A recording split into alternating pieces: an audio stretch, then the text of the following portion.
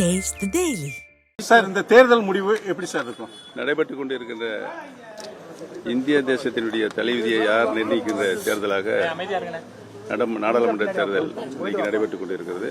10 ஆண்டு காலம் ஒரு சிறப்பான ஆட்சியை தந்த மாண்புமிகு பாரத பிரதமர் திரு நரேந்திர மோடி தான் 3ஆம் முறையாக பிரதமராக வர வேண்டும் என்ற இந்தியா முழுக்க இருக்கின்ற பொதுமக்கள் கருத்து தெரிவித்திருக்கிறார்கள் என்பதை தெரிவித்துக் கொள்கிறேன். ஆகவே உறுதியாக 3ஆம் முறையாக மாண்புமிகு பாரத பிரதமர் தான் இந்திய திருநாட்டினுடைய பிரதமராக வருவார் என்பதை தெரிவித்துக் கொள்கிறேன். முதல்ல சுயேட்சை சின்னத்தில் ராமநாதத்தில் போட்டிடுறீங்க, உங்கள் வெற்றி வாய்ப்பு எப்படி சார்? என்னுடைய வெற்றி வாய்ப்பு பிரகாசமாக இருக்கிறது. உறுதியாக நான் வெற்றி பெறுவேன். சார், நீங்க இங்க ஜனநாயக முறைப்படி வாக்கு செலுத்திட்டீங்க. இப்போ நீங்க ராமநாதபுரத்தை போயிட்டு அங்க வாக்குப்பதிவுலாம் எப்படி இருக்குன்னு பார்க்க போறீங்களா சார்? நேர நான் ராமநாதபுரம் நாடாளுமன்ற தொகுதிக்கு தான் போறேன். 6 சட்டமன்றத்திலையும் பார்த்து விட்டு வருவேன். இந்த முதலாக இந்த மக்களவை தொகுதி தேர்தல் களம் காண்றது எப்படி சார் இருக்கு உங்களுக்கு? இந்தியா முழுமைக்கும் நரேந்திர மோடி மீண்டும் பிரதமராக இருக்கக்கூடிய அலை மக்களுடைய இதயபூர்வமான நல்ல அறிவை தந்து கொண்டிருக்கிறார்கள். இல்ல, உங்கள் தனிப்பட்ட முறையில் நீங்க உள்ளாட்சியை பார்த்திருக்கீங்க, சட்டமன்றம் பார்த்திருக்கீங்க, இந்த மக்களவை தொகுதி தேர்தலில் போட்டியிடுறதை எப்படி பாக்குறீங்க?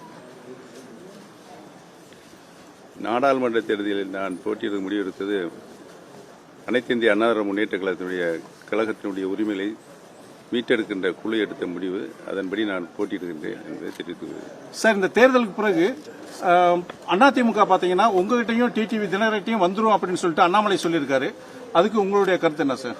உறுதியாக அனைத்து இந்திய அண்ணா திராவிட முன்னேற்ற கழகம் உறுதியாக எங்கள் பக்கம்தான் வந்து சேரும். எடப்பாடி பழனிசாமி இந்த தேர்தலில் அவர் எங்கே இருக்கிறார் என்று தெரியவில்லை. 2026 மீண்டும் அம்மாவுடைய ஆட்சியை உறுதியாக நாங்கள் அமைப்போம். சார், தொண்டர்களோட கட்சி இல்லாம, அதாவது தொண்டர்கள் இல்லாம வெறும் கான்ட்ராக்டர்காரர்கள் தான் இப்ப எடப்பாடி இந்த தேர்தலில் வேட்பாளராக நிறுத்திருக்காரு அப்படின்னு சொல்லிட்டு அண்ணாமலை சொல்றாரு. உங்களுடைய கருத்து சார்? நீங்களே சொல்லிட்டீங்க. திரு அண்ணாமலை தமிழ் மாநிலத்தினுடைய பாரதிய ஜனதா கட்சியுடைய தலைவர் திரு அண்ணாமலை சொன்னது 100% உண்மை. சார், இப்ப சமீப காலம் வெளியான கருத்துக்கள் யாரும் அடிப்படை கட்சிக்காரர்கள் இல்லை அந்த வேட்பாளர் பட்டியலில்.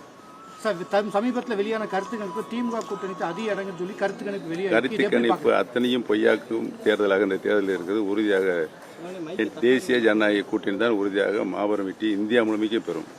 2026 தமிழகத்தில் தேசிய ஜனநாயக கூட்டணி தான் ஆட்சி அமைக்கும் சொல்றீங்களா சார்? அனைத்து இந்திய அண்ணா திராவிட முன்னேற்ற கழகத்தை பொறுத்தவரையில் மாண்புமிகு இதய டாக்டர் புரட்சித் தலைவி அம்மா அவருடைய ஆட்சி மீண்டும் நிலைநிறுத்துவதை நாங்கள் போராடி கொண்டிருக்கிறோம். ஓகே சார், நன்றி சார். நன்றி, வாழ்த்துக்கள்.